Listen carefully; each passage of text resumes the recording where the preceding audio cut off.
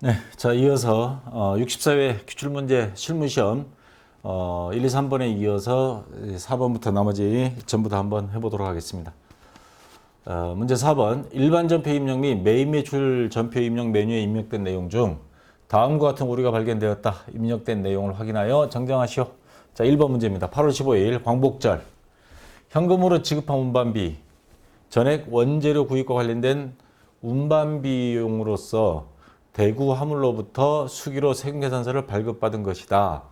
단 입력된 운반비는 부가가치세가 포함된 금액이다.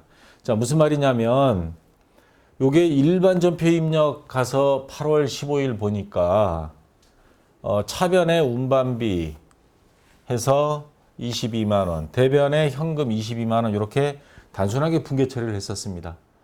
근데 알고 봤더니 이게 원재료 구입과 관련된 운반비였고, 그러면 이게 운반비로 가면 안 된다는 소리죠.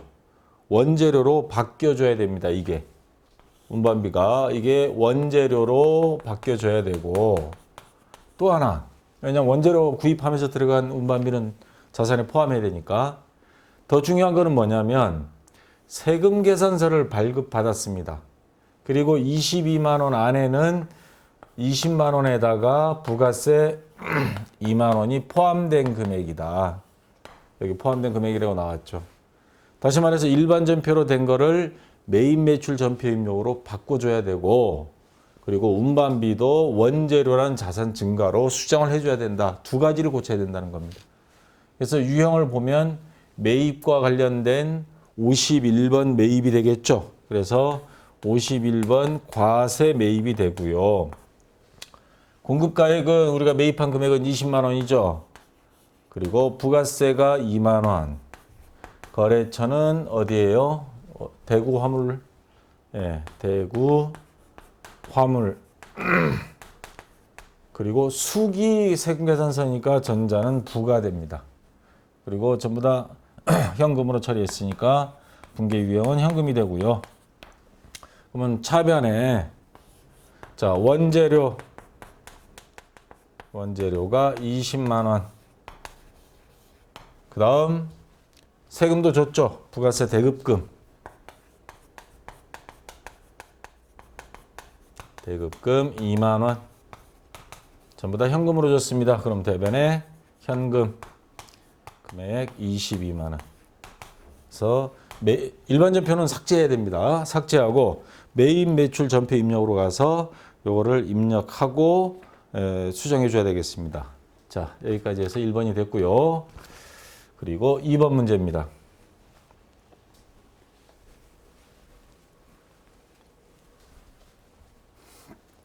(11월 25일) 주식회사 영월이 외상매출금 800만 원 회수하여, 그래서 보니까 11월 25일 일반 전표 입력 보니까 차변에 보통예금, 그 다음에 금액은 800만 원, 외상매출금 800만 원. 이것만 봐도 해석은 되죠. 외상값을 수금했는데 보통예금 통장으로 돈이 들어왔다 이 말입니다. 당사 보통예금에 입금된 것으로 회계 처리했으나 회계 처리 전 주식회사 영월이 외상매출금 잔액은 500만 원이었다. 외상값 500만 원 남았는데 수금은 800 했어요. 이런 횡재가 어디 있어? 그렇다고 여기가 바보는 아닐 거 아니에요. 영월이. 이를 초과하는 금액 300만 원이죠. 동사에서 발행한 어음을 조기 결제한 것으로 밝혀졌다. 우리가 이 회사에 외상값도 받을 게 있었지만 어음도 받았어요. 그 어음을, 우리 입장에서 받을 어음, 저쪽에서는 지급어음이죠. 어음을 일찍 회수해 가겠다. 돈 줄게. 그래서 어음은 돌려주고 돈을 미리 받은 겁니다. 그래서 그럼 요거에 대해서 분계를, 자, 보통 예금 800만 원 고칠 필요 없어요. 외상매출금은 800만 원 돼 있는 게 아니고 요거를 얼마로 고쳐야 된다? 500만 원. 그리고 나머지 300만 원은 뭘로 수정해 줘야 돼요? 그렇죠. 받을 어음이 없어져야 됩니다. 받을 어음 대금을 현금으로 이제 교환된 겁니다. 그래서 여기에다가 커서를 놓고 전표 추가를 눌러서 추가를 하나, 여긴 제가 입력을 안 했네요. 그럼 이게 정식으로 분계하면 차변에 보통예금 800만 원이 되고요. 그리고 대변에 외상매출금만 있었는데 외상 매출금이 500만 원이 전부였고 나머지 300은 받을 어음이다. 받을 어음 없어지는 거죠. 300만 원. 자, 둘 다 거래처는 어디예요? 주식회사 영월. 이것도 마찬가지 주식회사 영월입니다. 그래서 요거 하나를 추가하면 되죠. 그래서 커서를 여기 놓고 위에 보면 전표 추가 있습니다. 전표 추가해서 전표 삽입인가? 전표 삽입 누르면 여기 칸 하나가 딱 생깁니다. 그래서 거기에다 대변 받을 어음 하나 더 넣어서 300만 원, 외상 매출금은 800을 500만 원으로 수정. 그래서 거래처 들어갔는지 확인만 하면 되겠습니다. 자, 이렇게 해주면 되고요. 그 다음에 자, 5번에 1번 문제입니다. 결산 정리 사항은 다음과 같다. 해당 메뉴에 입력하시오. 9월 1일에 드림보험에 지급한 영업부서 자동차 보험료 120만 원 중 2015년도 보험료는 80만 원이다. 자, 자동차 보험료로 성급 비용으로 처리했다는 말은 없습니다. 그러면 요거 분기가 어떻게 됐겠어요? 차변에 보험료 120만 원, 한 달에 10만 원이죠. 대변에 뭐 현금 줬으면 현금. 9월 1일이니까 9, 10, 11, 12, 4개월치 빼고 나머지 80만 원은 내년도 분이더라. 2015년도 보험료는 80만 원이다. 이게 회계기한이 언제예요? 회계기한. 예, 2015년이네요. 그러면 2015년도 보험료는 80만 원이고 그러면 나머지 40만 원은 내년 거란 소리죠. 그래서 내년 거에 해당되는 보험료는 원래 장부에서 빼야 됩니다. 근데 조금 이상하긴 하네요. 2015년 9월 1일이면 9, 10, 11, 12, 4개월인데 이거 1년분이란 말이 없구나. 1년분이면 난 한 달에 10만 원이면 2015년도 보험 한 달에 20만 원 꼴 모양이네요. 20만 원에서 4개월이니까 80만 원. 그럼 나머지가 40만 원은 내년도 거 되네. 그러면 말이 맞아요. 그러면 차변에 보험료 120만 원 했던 것 중에 비용이 발생 취소. 대변에 보험료 40만 원은 내년 장부로 가야 되니까 원래 120만 원 중에 원래분 80만 원 뺀 나머지 내년분 40만 원 빼서 비용이 발생 취소. 자, 이건 뭐래요? 선급 비용이 되죠. 이 비용은 바로 보험료를 말하는 거고요. 40만 원 해서 입력해 주면 되겠습니다. 자, 됐고 그 다음에 결산 정리 2번 문제. 결산일 현재 무형자산인 소프트웨어의 전기말 상각 후 미상각 잔액은 2,400만 원이다. 전기말입니다. 전기말. 이거 아차하면 어려운 문제는 아닌데 아차하는 순간에 계산 잘못하는 수가 있습니다. 내용 연수는 5년이며 2014년 1월에 구입하였다. 그러면 전기니까 작년이잖아. 2014년 1월. 요때 구입했고 요때 구입하는 시점에서 내용 연수는 5년이라 그랬습니다. 자, 2015년도 말 무형자산을 생각하시오. 얼마에 구입했는지는 안 나왔어요, 지금. 안 나왔는데 내용연수 5년으로 해서 1년 상각하고 나니까 1월, 이거 전기말이니까 12월이잖아요. 그래서 1월부터 12월 1년 경과 후에 1년치 감가상각비를 빼고 나니까 전기말 잔액이 2,400. 그럼 이게 몇 년 남은 게 되는 거예요? 지금은 4년이죠. 이제는 4년 남은 겁니다. 그러면 무형자산은 직접 상각입니다. 감가상각을 유형자산은 간접법으로 해서 처음 취득한 최초의 금액은 그대로 항상 있고 그 밑에 감가상각 누계액이 있고 무형자산은 직접 감가상각 누계액 없이 직접 다이렉트로 자산 감소를 시켜버린 직접법을 쓰고 있습니다. 그러면 나누기 4하면 1년에 얼마예요? 600만 원 되는 거죠? 예. 그럼 역추적하면 이거 3천만 원에 샀다는 소리네요. 3천만 원에 사서 5년이면 600만 원인데 이제 4년 남았고 다시 4년으로 나누게 하면 이제 한 1년에 600만 원씩 4년 감가상각하면 다 없어집니다. 그래서 무형자산 상각비 올해 것만 해주면 됩니다. 600만 원. 그리고 대변에는 자, 직접법을 한다 그랬죠. 뭐예요? 소프트웨어를 직접 차감해 주면 됩니다. 600만 원. 해서 장부에 입력해 주면 되겠습니다. 자, 됐고 이제 매출 채권에 대한 건데요. 대손 충당금 설정.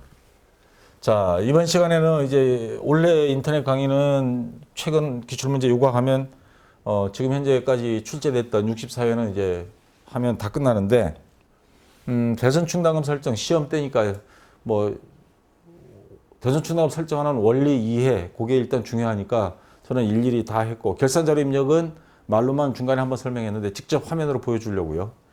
매출채권에 대한 1%의 대손 충당금을 설정하다 그러면 우리가 어떻게 했냐면 합계 잔액 시산표에 가서 외상매출금 잔액, 외상매입금 잔액, 받을러움 잔액 확인한 다음에 곱하기 1하고 대손 충당금 잔액 빼고 차익보충법으로 이렇게 했죠. 그래서 시험 볼 때는 시간이 없단 말이에요. 요령을 알았으면 쉬운 방법이 있으면 쉬운 걸 찾아야죠. 결산자료 입력하십시오. 거기 가서 쭉 내려오다 보면 판매비와 관리비 밑에 보면 5번 대손상각이 나타납니다. 거기에 외상매출금 받을러움이 있거든요. 여기 와서 이제 결산 반영 금액을 계산하라 그러면 계산하려면 또 시산표로 봐야 되는 문제가 벌어져요. 보지 마시고 요 위에 보면 F8 대손상각이 있습니다. 요거를 클릭하세요. 요거를 클릭하면 요런 화면이 바로 뜹니다. 자, 여기에서 여러분들이 뭐를 확인하면 되냐면 자, 이 시험 문제는 1%, 여기도 보면 1% 이미 기본으로 되어 있습니다. 대손율 1%인지 확인하시고 1%가 맞다면 설정 전 충당금 잔액에서 외상매출금 현재 12월 31일 잔액은 8억 5,800만 원이고 그에 대한 대손 충당금 잔액은 125만 원 현재 있습니다. 추가 설정의 결산 반영 금액, 요 금액 말합니다. 8억 5,800만 원 곱하기 대손율 1% 요게 자동으로 곱하기가 돼요. 자, 마이너스 설정 전 충당금 잔액 요 125만 원. 뺀 금액이 요거다 해서 지가 자동으로 계산돼 있습니다, 현재. 자, 그다음에 받을러움도 마찬가지. 2억 500만 원에서 57만 원 뺀 나머지 1%에 해당되는 금액 148만 원에서 881만 원. 그냥 요거를 이미 계산 다 돼서 스탠바이에서 딱 준비하고 있어요. 밑에 보시면 결산 반영이 있죠. 요거를 클릭하세요. 요거를 클릭하면 그냥 뭐 거저먹기잖아요, 이거. 딱 봐서 확인하고 1% 맞나? 확인. 딱 누르면 아까 우리 처음에 봤던 화면 있죠. 자, 대손상각에서 외상매출금 받을러움이 빈자리 있었잖아요. 여기에 우리가 입력을 하는 게 아니고 대손상각 가서 확인만 하고 반영하고 여기 딱딱 금액이 들어왔어요. 이거를 어떻게? 전표 추가만 시켜주면 됩니다. 전표 추가하면 결차 결대 해가지고 다 들어갑니다. 자동으로. 간단하죠, 이거는. 입력도 없고 클릭 딱 누르면 대손 충당금 설정 붕괴가 다 됩니다. 그래서 여러분들이 가장 간단하고 시험 때는 이 방법을 쓰는 게 좋습니다. 지금까지는 제가 이제 원리 이해를 하기 위해서 전산회계 2급은 결산자료 입력이 없으니까 당연히 이건 일일이 계산해야 되고 1급은 이 방식으로 시험 때는 적용하십시오. 일단 합격을 해야 되는 게 목적이니까. 자, 그럼 됐고요. 그 다음에 문제 6번에 1번.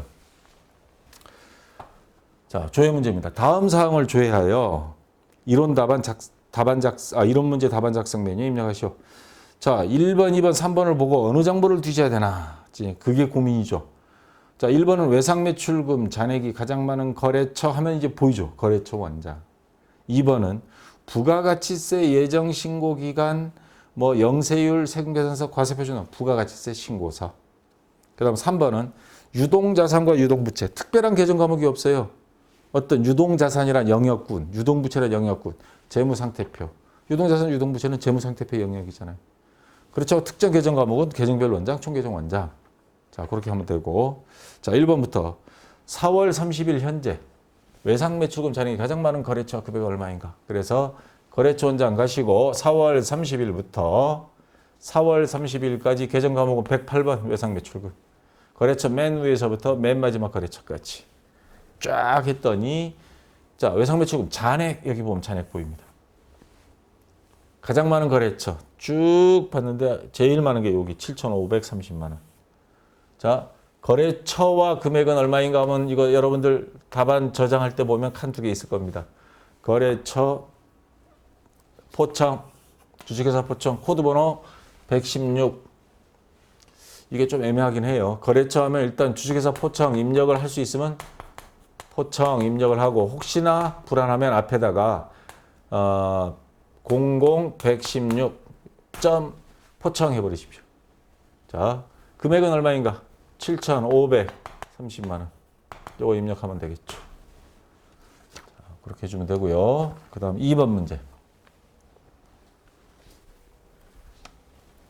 제1기 부가가치세 예정신고 기간이 1월 3월, 영세율 세금계산서 과세표준 금액 얼마인가? 자, 부가가치세 신고서 조회하시고요. 날짜는 1월 1일부터 3월 31일까지 해놓고 딱 나타나는 거 보면, 지금 여기서 조사라는 게 세금계산서 과세표준 금액은 얼마인지 보라 그랬죠. 과세표준 및 매출세액 밑에 매입세액이 있고요. 그럼 여기 위에 봐야죠. 세금계산서에 대한 겁니다. 자, 영세율. 근데 그냥 세금계산서도 두 개가 있어요. 과세, 영세. 여기서는 영세니까 영세 세금계산서 발급분, 영세율 세금계산서 과세표준 금액은 얼마인가? 요거죠. 1억 4,680만 원. 자, 딱 나왔습니다. 이 금액 그냥 입력만 해주면 됩니다. 자, 간단히 끝났고요. 3번 문제. 6월 30일 현재 유동자산과 유동부채 간의 금액 차이는 얼마인가? 그래서 재무상태표에 가서 유동자산을 쭉 봤더니 이거 금액 읽기 참 힘듭니다. 100만, 1000만억, 10억입니다. 17억 2,900만 원. 유동자산 합계. 그 다음 밑으로 쭉 내려오다 보면 자, 유동부채입니다. 합계 가서 봤더니 4억 8,300만 원 있습니다. 그러면 17억 2,900만 원에서 4억 8,300만 원을 빼줍니다. 자, 금액 차이는 얼마인가? 이렇게 했으니까 빼주면 얼마예요? 12억 4,600만 원. 자, 12억 4,600만 원 입력해주면 네, 정확한 정답이 되겠습니다. 자, 여기까지 해서 조회 문제까지 다 끝났고요. 어쨌거나 가장 최근에 나왔던 문제까지는 다 올렸습니다. 그래서 이번 65회 시험 보시는 분들 기출문제, 최근 문제 중심으로 해서 좀 자주 봐주시고, 그래서 이제 시험 며칠 안 남았는데 꼭 합격하시고 합격 수기 올라오길 기대하겠습니다. 자, 최근 기출문제 공부하시느라 수고 많았습니다. 자,